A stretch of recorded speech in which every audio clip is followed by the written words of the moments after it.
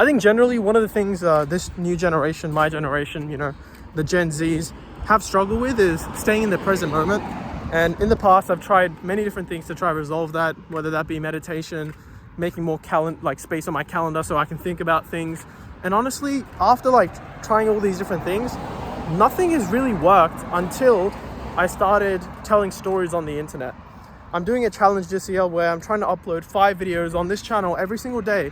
Sorry, not 5 videos every single day, I would kill myself. 5 videos every single week on this channel. And the whole reason and point of this challenge is to develop the art of storytelling and develop communication skills on the internet and in front of like a digital device. Because it's very different when you talk to a real person in real life and then you turn on a camera and you try to talk to the camera and it's just real weird. Like the camera's not really giving you expressions back like a real person would. It just feels hella weird. But one of the side effects as a result of doing this challenge of recording stories and capturing my thoughts on camera is that I started to live a more present life. And that is because in order to tell stories, you need to have stories to tell.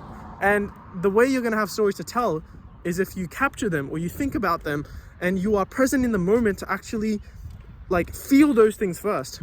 I saw this video from Johnny Harris, who's this big YouTuber, and he was talking about how our brains and our senses are so powerful that oftentimes when we go through life, our brains and our senses capture a lot of information. They capture a lot of sensory information that we can basically draw upon to not just tell stories, but to recreate and let other people experience and relive through our stories. And that's the sort of stuff when, I think a good separation between a great storyteller and a not so great average storyteller is that a great storyteller, when he tells you that story, you don't feel like you're being told or explained or talked at. You feel like firstly, you're just super locked in, you're super engaged. And oftentimes it's because you feel like the dude is not telling you a story about himself. He is taking you on a journey where you are living that story with him, alongside him. And I've been doing that recently.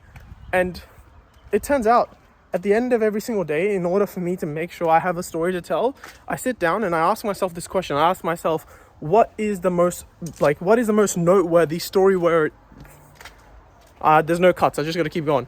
What is the most story-worthy moment today? And a story-worthy moment is basically something that you can turn into a story, and it doesn't have to be something epic. For me, it was just this realization, which I'm making through this video, of the fact that I've been doing this activity has allowed me to just be more present and actually feel like my days are going slower, my weeks are going slower, I'm getting so much more done. I'm experiencing life at a higher frequency of living. I feel like I'm living more in the same time. So yeah, give that a go. If you're struggling to be present and feel present, then just try capture. If you journal, do it there. If you don't journal, then you can start recording videos on your phone. You never have to post them, but just do it. Just give it a go.